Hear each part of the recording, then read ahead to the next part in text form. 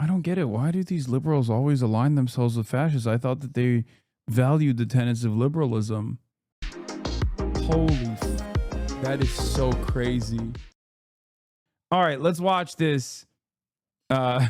Rich people want fascism from JT. Do we all remember when Democrats called Trump a fascist? Fascist. He's a fascist. Fascist. Do you think Donald Trump is a fascist? Yes, I do. But then Trump has been elected. The cheers coming up.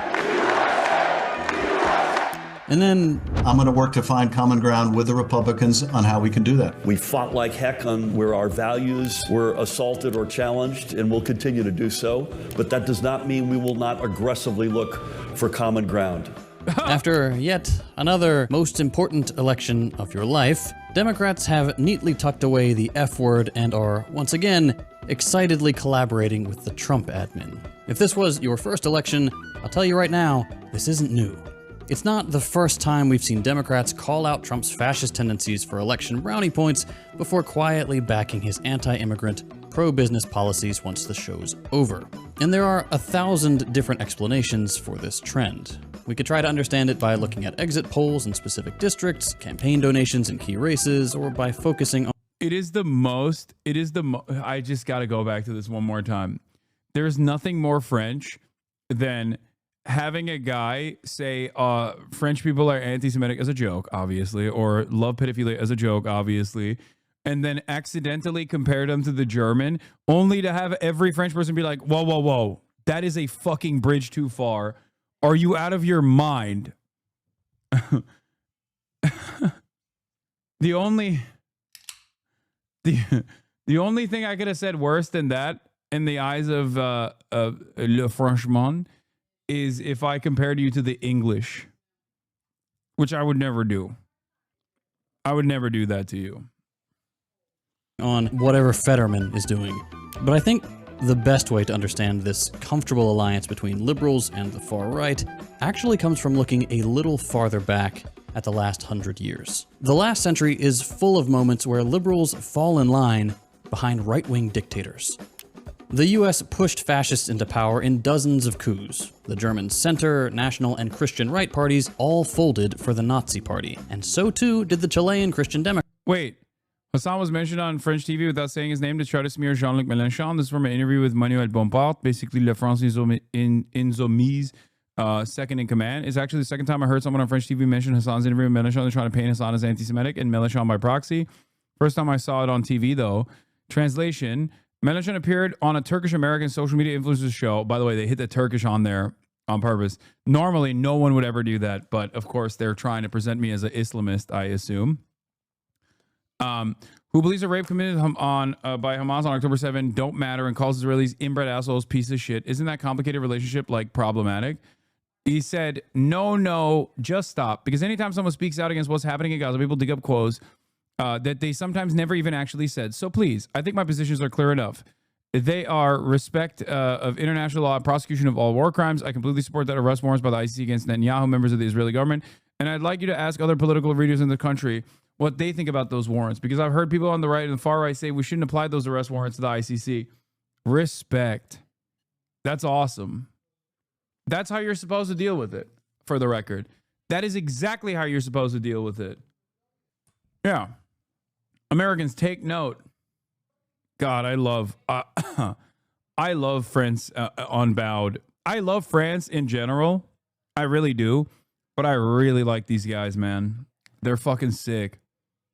They're so dope. God, Americans are so stupid. Anyway. Democrats line up behind Pinochet. If we want to actually understand this link, though, we'll need to go even further back. Moments like these all came in the last few minutes before far-right leaders took over. And focusing on them makes it seem like liberals are only ever forced into supporting fascism when they have no other choice. And that's just really not true. Liberals kinda love fascism. Not all of it, not always, but they do like what it can do for them. And to really see that, we should start with Brussels in 1920.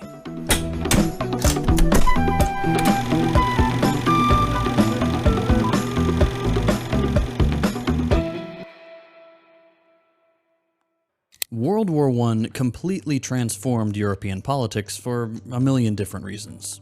For starters, because of the war effort, most European countries sort of gave up on free market capitalism. They realized their survival couldn't depend on business owners and their profit-first priority. Holy fuck. Look at the sponsored area below my YouTube video.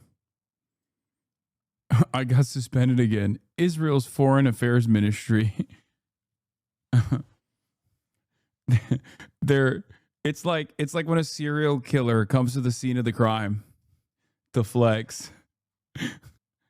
So governments took over, organizing production, foreign trade, resource allocation, labor markets, bringing tons of private companies into the public's hands, and guaranteeing a new baseline social welfare while also dropping the gold standard to free up government budgets from artificial restraints. They needed to get things done. Surviving the war meant dramatic changes, and those changes actually had some pretty interesting consequences.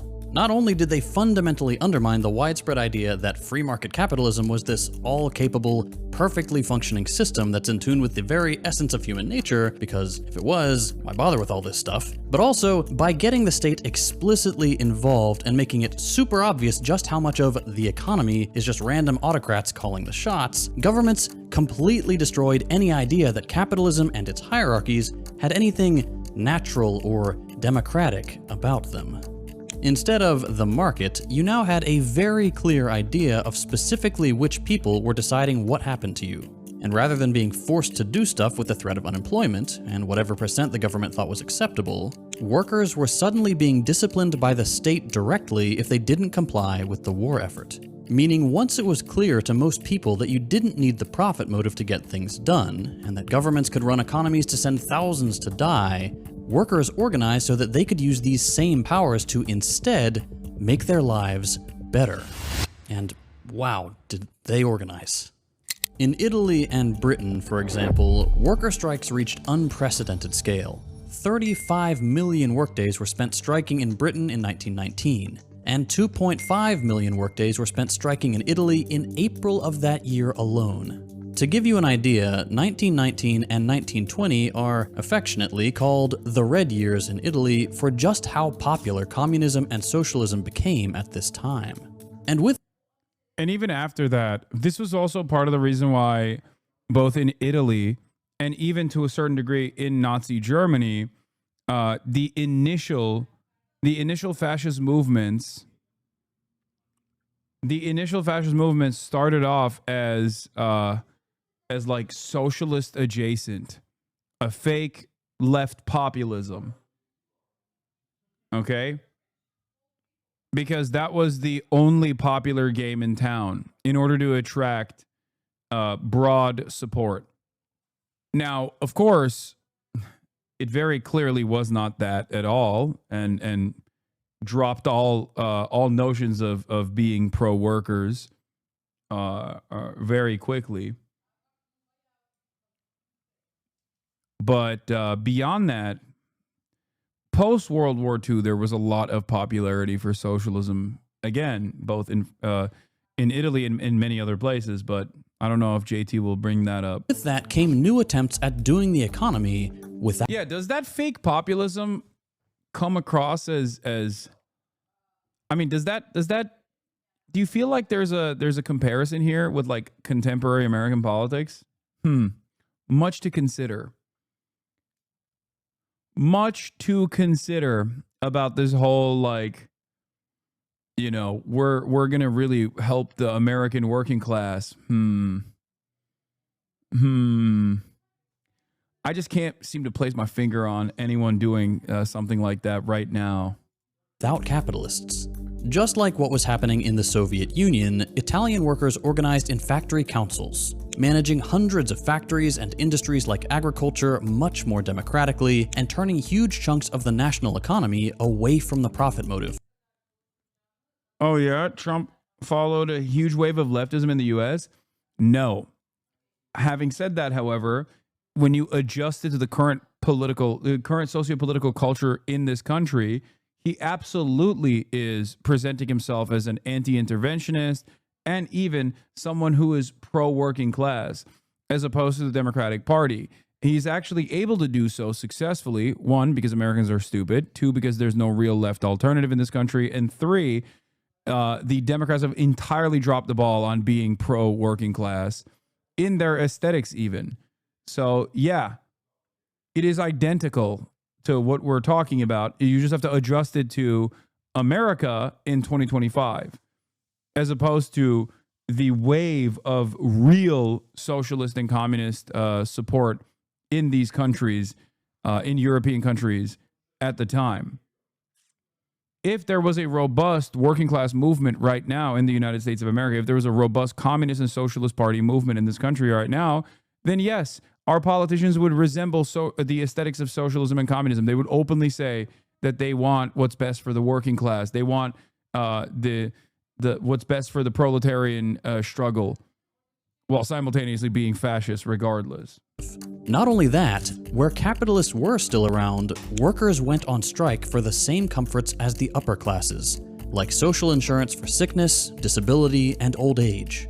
And thanks to all these efforts, not only did things massively improve, their wages went up. Like, a lot. 2 times in Britain and almost 5 times in Italy compared to what they were before the war. Now, not everybody was happy about this. Workers getting their fair share meant more and more of the wealth created at this time didn't go to business owners, like it usually did. And I don't have to tell you that that's a really good thing. Only a teeny tiny 1.7% of Italians were capitalists, but they were getting about 1/3 of the wealth produced in the early 1910s. Most of the population was working class, so the fact that capitalists ever kept more than 1.7% of the total pie was a highly unequal thing. But hey, whoa, look at this. Look what's happening there after 1922. That's interesting. After a few years of money being spread more equally thanks to workers striking and getting a say in things, that 1.7% in Italy is suddenly making a lot more of all the money. That's fascism. That right there, that's Mussolini. Wait, I forgot about Brussels. Shit.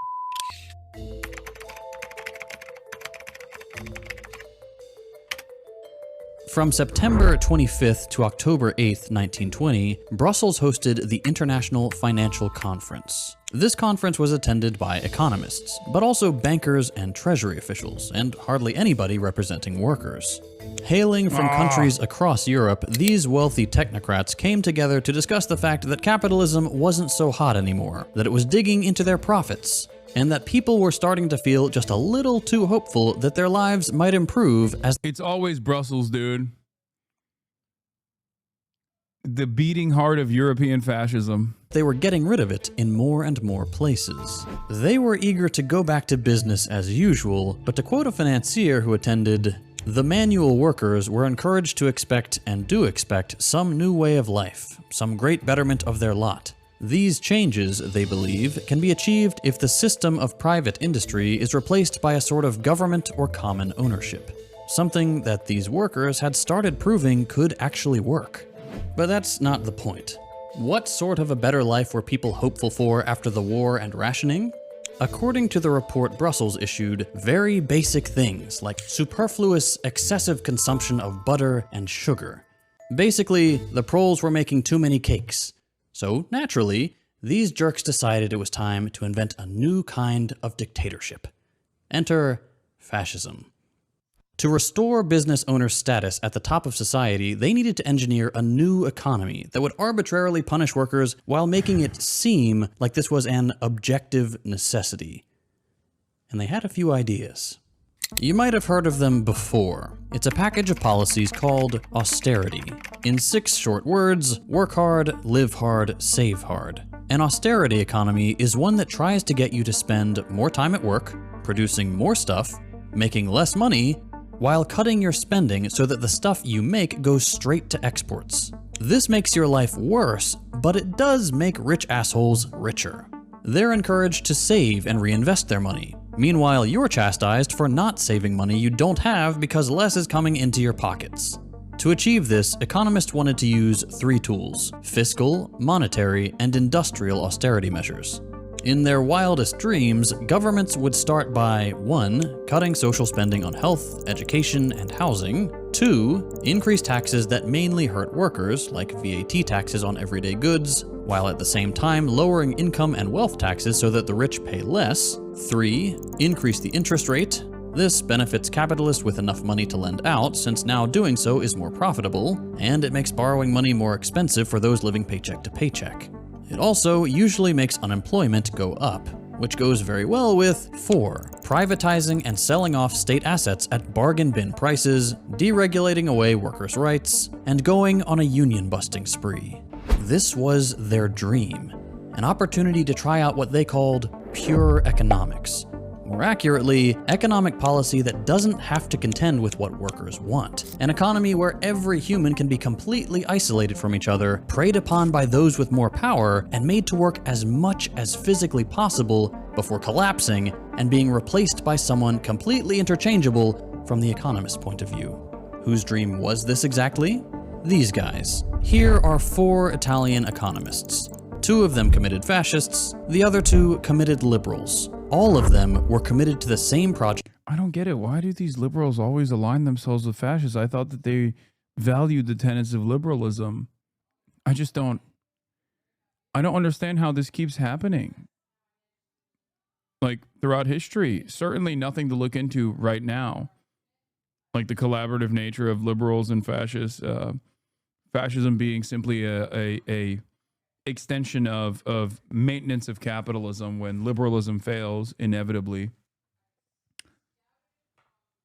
in order to restore the same and preserve the same hierarchical structures.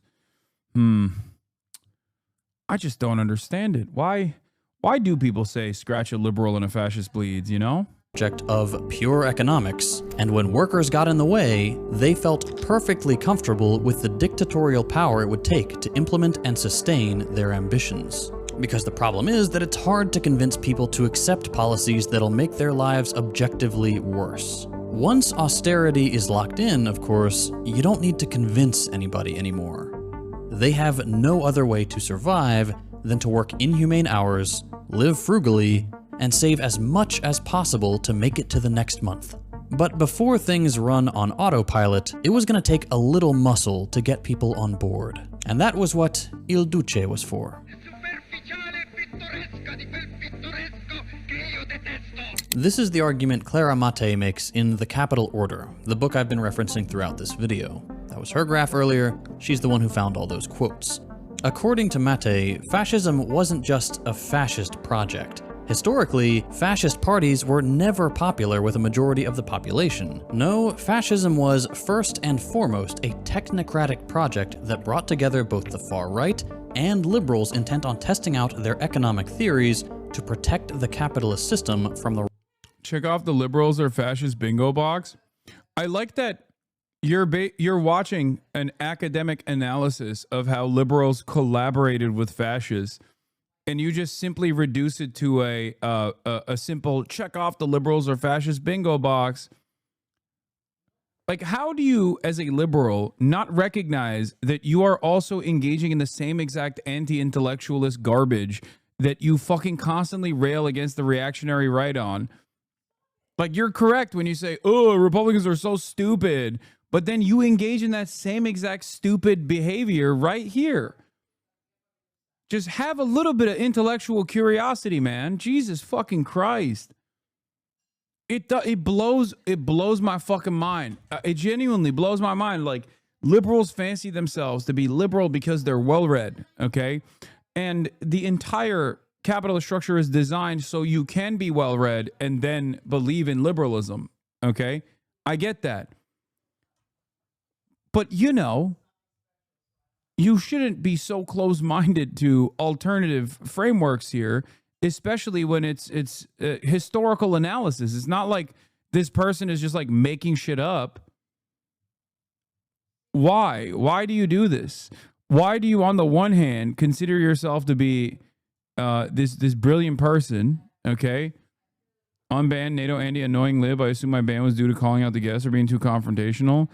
But that's bad faith comparison to the Democrats versus Republican stances on Gaza versus immigrants. And the folks in Michigan who let that happen will share the blame for what happens if that Trump wins the election. Oh my God. Israel would just get the weapons somewhere else. They are going to continue on this bloodlust no matter what. See, like this right here, again, NATO Andy, this right here is just incorrect. It is a lie you have told yourself. Israel could not continue its death and destruction campaign without America's go-ahead. Okay? I'm not even going to get into the Michigan stuff because I think it's gross and disgusting. But like, don't you value the truth? Don't you value being right sometimes? You know what I mean? I certainly do. Does that not frustrate you at all that like history keeps consistently vindicating the likes of myself? That's probably the reason why you keep finding yourself here, even if you unfollow and then refollow, right? Because like there's something that is bringing you back here because you have that intellectual curiosity.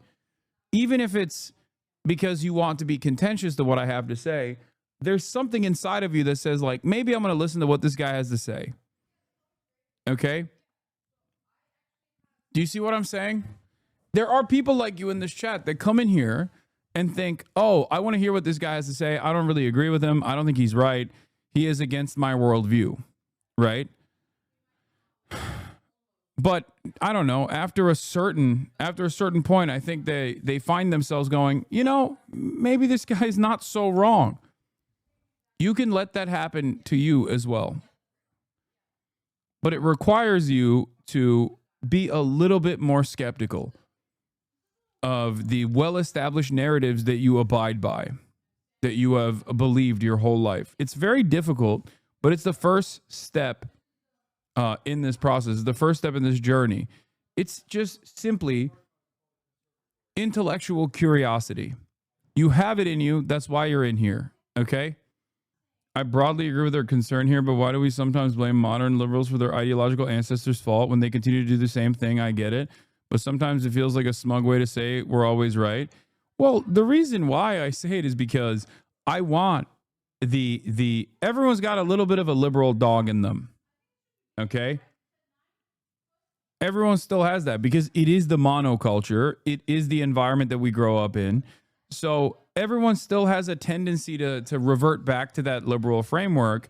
And the reason why I stress the importance of like understanding how liberals have historically collaborated with fascists and how you see modern versions of that right now. The reason why I keep reiterating that is not to bully liberals, but it's to get them to recognize that perhaps that worldview that they've taken for granted is not correct, or that it is now time for an evolution beyond that way of thinking.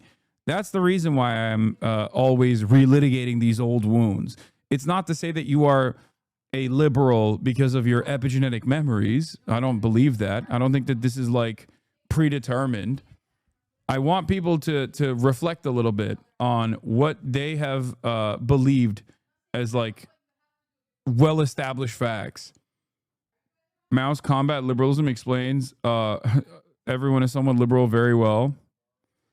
This is where he talks about the line of demarcation, right? I think. Maybe not. They are all manifestations of liberalism. Liberalism is extremely harmful and revolutionary collective. It is a corrosive way which eats away unity, undermines cohesion, causes apathy, and creates dissension. It robs the revolutionary ranks of compact organization and strict discipline, prevents policies from being carried out through, and alienates the party organizations from the masses which the party leads. It is an extremely bad tendency. Liberalism stems from petty bourgeois selfishness. It places personal interest first and the interest of the revolution second. And this gives rise to ideological, political, and organizational liberalism. People who are liberals look upon the principles of Marxism as abstract dogma. They approve of Marxism, but are not prepared to practice it or to practice it in full. They are not prepared to replace their liberalism by Marxism. These people have their Marxism, but they have their liberalism as well. They talk Marxism, but practice liberalism. What do you say to the people that have that say liberals have evolved past that bad history? I rarely ever hear liberals even recognize that bad history. So a rising tide of communist support while making them and their buddies richer. And Mussolini was the guy to deliver on those technocrats' ambitions. Unlike liberal leaders, Mussolini was happy to give these technocrats key roles in his fascist government. happy to clear the path for them by massacring communists and unionists, and happy to allow their technocratic attacks on the working class to take shape. To illustrate how bad this was, during the fascist years, unions were crushed and workers' salaries were slashed so dramatically that workers' earnings in 1946 fell all the way back to what they were 30 years earlier, in 1911, before those 5 times gains we talked about earlier. And these economists couldn't be happier about it.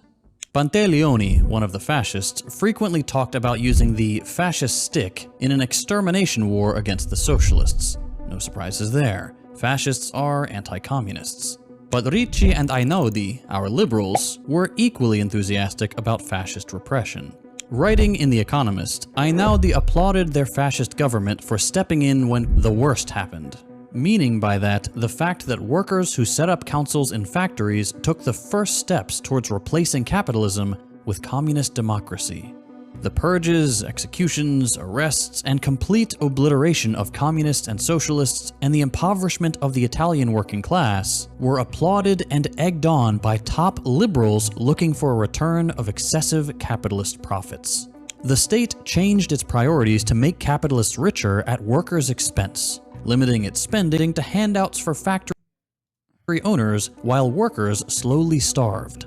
Exploitation and unemployment increased, consumption went down, and fascism was there to keep everyone in line with its black shirts and hide that exploitation under the guise of national duty, stoking patriotic fervor to shut up socialist-minded workers. And this didn't stay within Italy's borders. Like I've said, these gentlemen had a platform in The Economist, a British magazine, to sell fascism abroad. But even without official representatives, magazines like The Times whitewashed fascism as simply, quote, an anti-waste government. And there are 100 more examples of sweeping the fascist violence, anti-Semitism, and anti-worker policies under the rug. In Germany, too, the Italian project didn't go unnoticed. Basing himself off of Mussolini's March on Rome, Hitler attempted his own putsch to gain supreme power. His timing wasn't right, though. He had to wait about a decade, with the Weimar Republic beginning its own journey into austerity politics following the Wall Street crash, for a terrified Hindenburg to appoint him and his capitalist-backed party to the chancellorship. The 1920s scared the German ruling class into austerity. Knowing how violent it would be for German workers, protecting the German upper class's profits required the same cocktail of patriotism and economic duress we saw in Italy. And there was Hitler, sailing in as a political entrepreneur ready to capture public anger and steer it away from the communist direction, tempting Europe away from capitalism. Under his rule, collective bargaining and strikes were outlawed. Unions were abolished. Socialist literature was burned.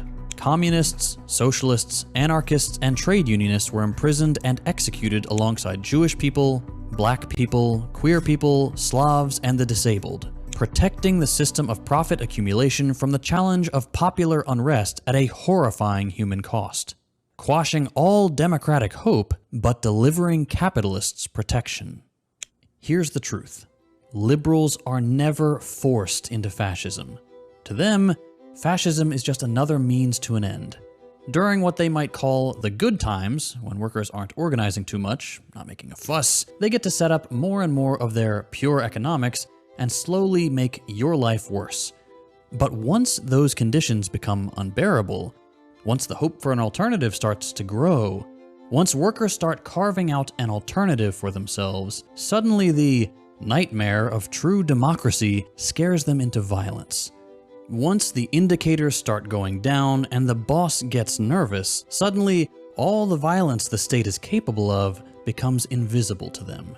Shooting protesters, locking up union leaders, censoring the free press, racist dog whistles becoming explicit hate speech. As long as they can get the numbers they care about going up again, it's all the price we have to pay. It just won't be them paying the price. It'll be you and me. Fascism never scared liberals like it should scare you. As long as they benefit from the fascism they enable, liberals will never be on our side.